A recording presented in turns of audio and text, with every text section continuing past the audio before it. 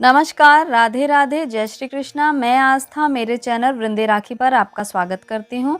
आज मैं आपको इस वीडियो में कार्तिक मास में जो चतुर्थी पड़ती है गणेश चौथ की, यही कथा सुननी चाहिए। तो आइए कथा प्रारंभ करते हैं। श्री पार्वती जी बोली, हे पुत्र, कार्तिक गणेश चौथ को किस गणेश का पूजन करना चाहिए? गणेश जी बोले, गिरजा नंदिनी कार्तिक में विकट नामक गणेश का पूजन करना चाहिए।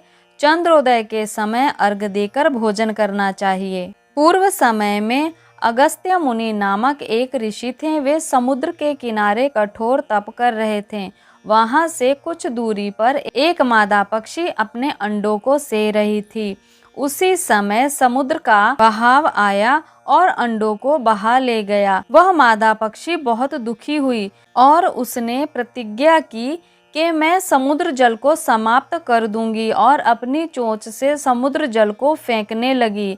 इस प्रकार करते करते काफी समय व्यतीत हो गया। समुद्र का जल नहीं घटा तो वह दुखी हो अगस्त मुनि की शरण में गई और उनसे समुद्र सुखाने की प्रार्थना की।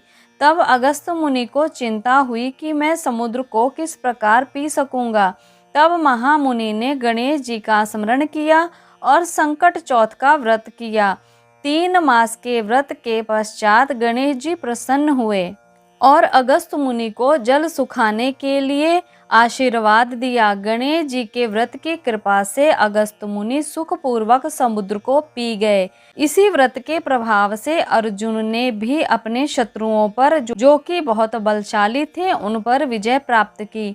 श्री गणेश जी के मुख से इन वचनों को सुनकर पार्वती जी प्रसन्न हुई और विचार करने लगी कि मेरा पुत्र जगत में पूजनीय तथा सर्व सिद्धि का दाता है। श्री कृष्ण जी ने भी युधिष्ठिर को इस प्रकार कहा, राजन, तुम इस व्रत को करो। श्री कृष्ण के ऐसे वचन सुनकर धर्मराज ने भक्ति पूर्वक व्रत किया और अपने राज्य को प्राप्त किया। इस कथा के सुनने से 1000 अश्वमेध व 100 यज्ञों का फल मिलता है और पुत्र पौत्रादि की वृद्धि होती है। तो ये आपने सुनी कार्तिक मास के चौथ के व्रत की कथा, यानी कि कार्तिक गणेश चतुर्थी व्रत कथा। इसी प्रकार सभी चतुर्थी के व्रतों की कथा आपको मेरे चैनल पर एक अलग प्लेलिस्ट में मिल जाएगी, जो सभी गणेश चतुर्थी व्रतों के नाम से चैनल में एक प्लेलिस्ट है। तो आप उसमें जाकर सभी व्रतों की कथा गणेश चतुर्थी की सुन सकते हैं। और अपनी प्रतिक्रिया या राय देने के लिए कमेंट जरूर करिएगा, या कमेंट बॉक्स में राधे राधे या जय श्री कृष्णा जरूर लिखिएगा। तो तब तक के लिए नमस्कार।